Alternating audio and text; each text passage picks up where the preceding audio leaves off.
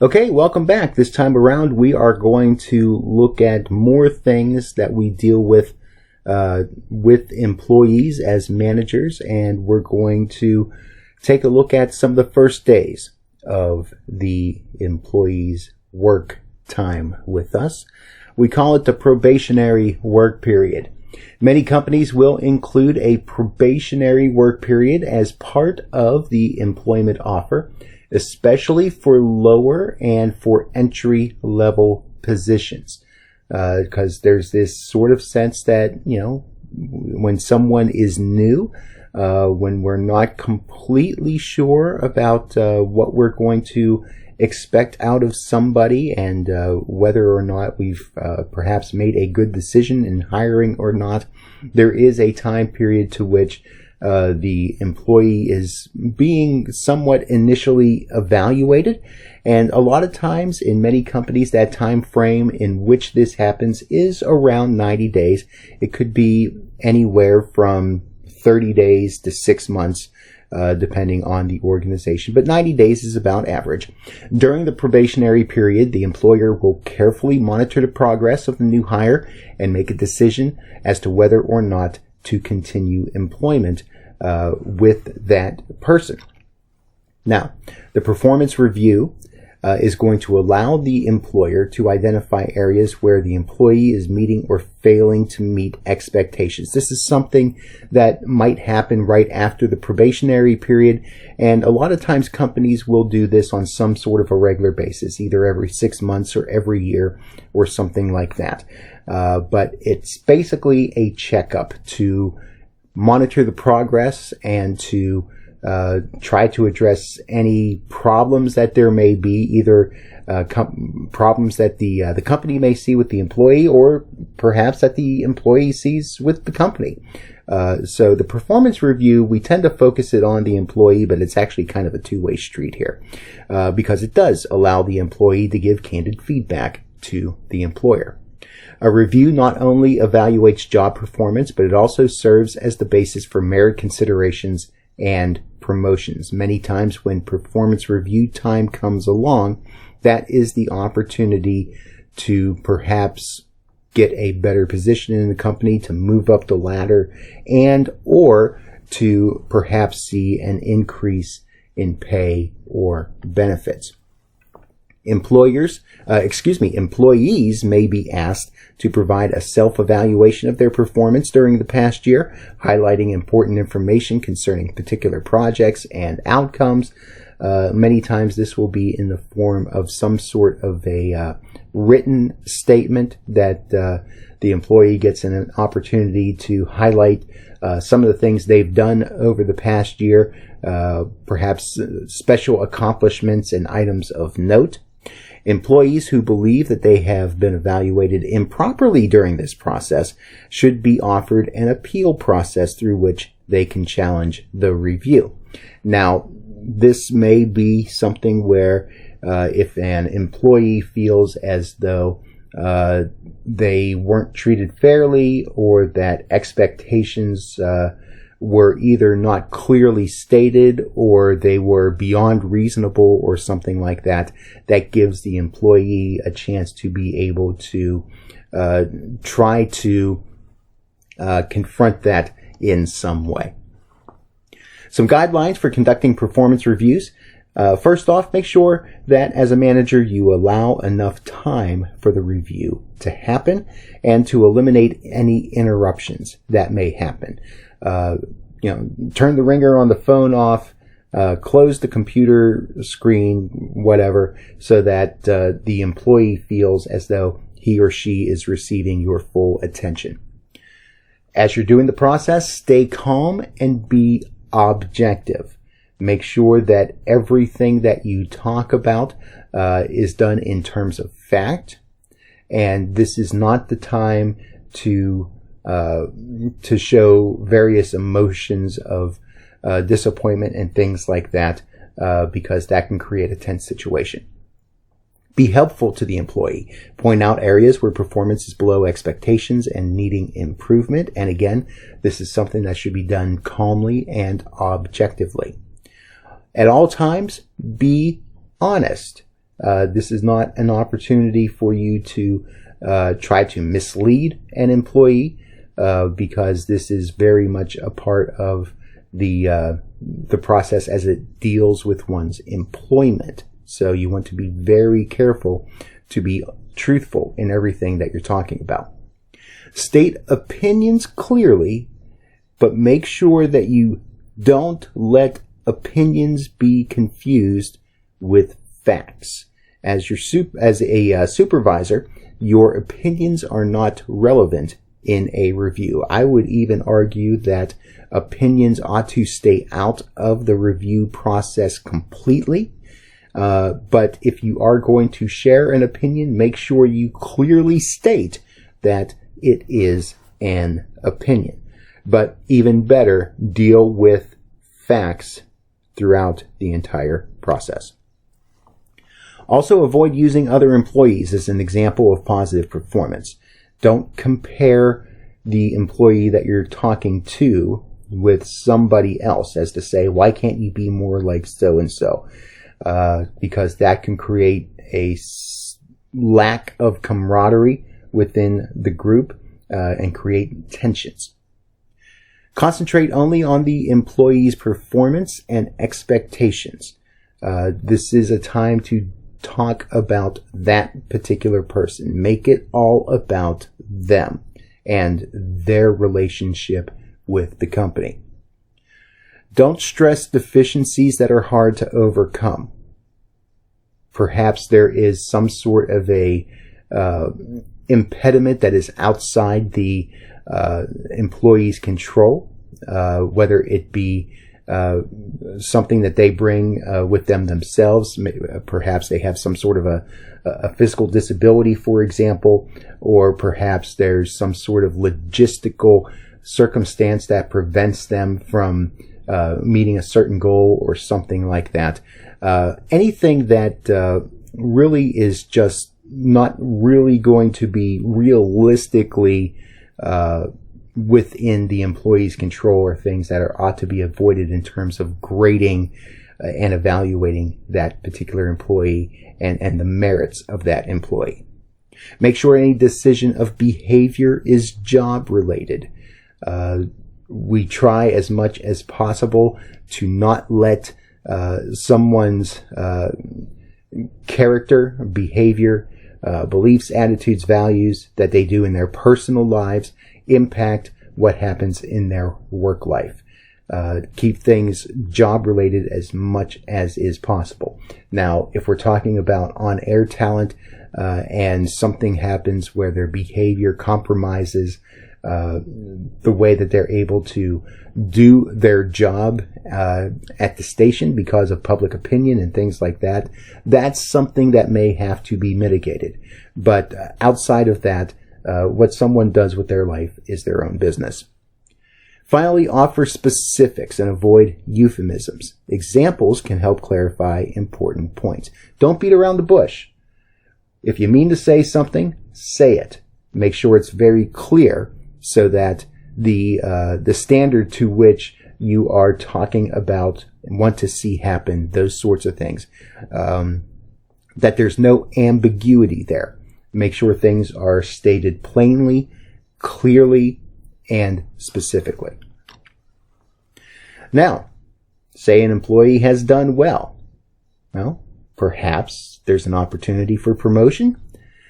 Well, we see that internal promotion within companies is very common, both within the immediate organization and within a larger parent company.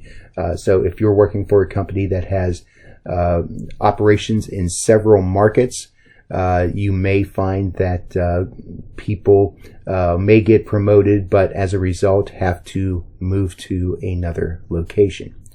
Promotion is critical to advancement in the media industry.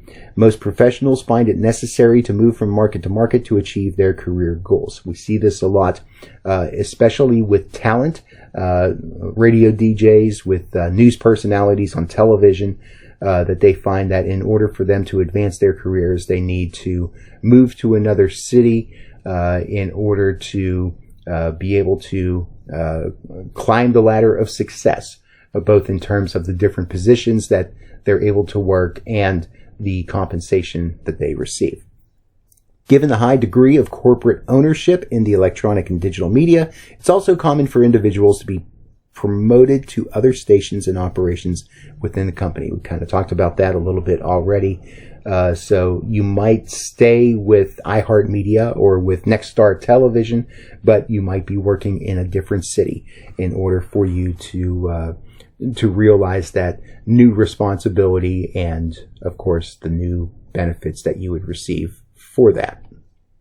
Increasingly, electronic and digital media organizations continue to reduce the number of personnel to operate more efficiently as these things happen, as technology advances and budgets change and all that sort of thing. This might happen most of the time in one of two different ways, either through downsizing or through outsourcing. When we're talking about downsizing, basically what happens is that tasks associated with positions that are eliminated wind up being combined and reassigned to existing staff.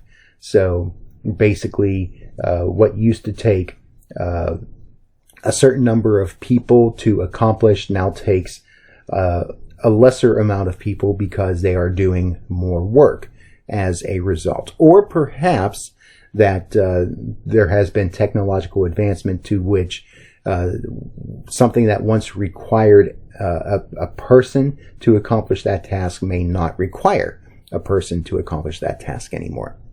Also, outsourcing. This involves hiring an outside firm or individual to handle specific functions. These sorts of things happen in media quite a bit when it comes to perhaps providing different sorts of news features and things like that, where they may no longer have a newsroom full of people that focus on various aspects of reporting current events, that perhaps they have a partnership with another company or are using the services of some other type of service to handle the news gathering aspect of things. There's many different ways that outsourcing may happen in this regard. Use of different talent around the country for commercial voices production, that sort of thing. That's also been prominent in the past 15 years or so. Providing adequate training and promotion from within the company will help promote an atmosphere of loyalty to the organization, which in turn can help reduce the high costs associated with job turnover. So something to keep in mind here is that it may actually cost the company less to retain somebody, provide them additional training, and promote them from within, as opposed to having to bring somebody in from the outside and train them how to do their job within their particular ecosystem, or to train somebody from scratch, even though that person that's being hired may be hired at a lower pay rate. So there are those questions as to which is going to be the most effective for the company. It's not necessarily just a personnel decision in looking at the bottom line at, oh, the new person's going to be a lot cheaper. Maybe, maybe not.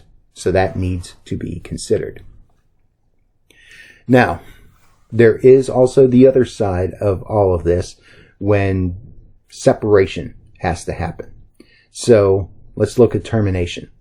Employees may voluntarily resign to work for another facility.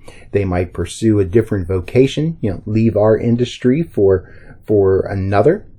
They might also retire. Those, for the most part, tend to be, well, at least more positive things than negative. But there are times where we have to ask an employee to leave for one reason or another. And when that happens, that is involuntary separation. Managers should use disciplinary action to correct employee behaviors detrimental to the organization, and try this as a tactic prior to getting to the point where we would consider terminating an employee. The employee handbook should clearly spell out inappropriate work behaviors affecting the employee's performance, so that there is a standard to which we can refer to. Whenever taking disciplinary action, management must document all charges in writing and notify the employee of the action. Most of the time, these sorts of things are going to be retained in an employee's file with personnel department or human resources, so that if their problems continue to persist, or if the employee were to file some sort of a grievance against the company, that there's documentation that could be used as evidence as to why certain actions were taken. Managers should take action to encourage positive performance rather than to create a threatening work environment. So the idea of trying not to use punishment, but to find ways to help an employee to be able to conform to the standards that are expected. A lot of times companies will use a term like coaching to be able to help an employee kind of fall into line as to what sort of job actions or procedures or behaviors are the kinds of things that are expected. The decision to terminate an employee must be made carefully. So, some things to consider. To avoid possible legal ramifications, managers must carefully follow all proper procedures. They should review the employee handbook as well as the employee's personnel file, that is being held by human resources, to be certain that the reasons for termination follow company policy and have been clearly documented. This is especially a time where you want to make sure that you've got all your ducks in a row. It's crucial for managers to document all notices, warnings, and other actions involving the employee, as well as areas where the employee has performed positively.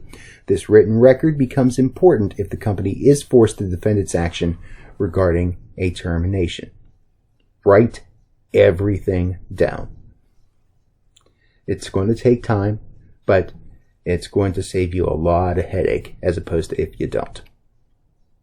Ideally, companies facing layoffs will help former employees find new employment opportunities. So a layoff situation is different in that an employee is not being let go because of poor performance or not meeting expectations or for insubordination or anything like that.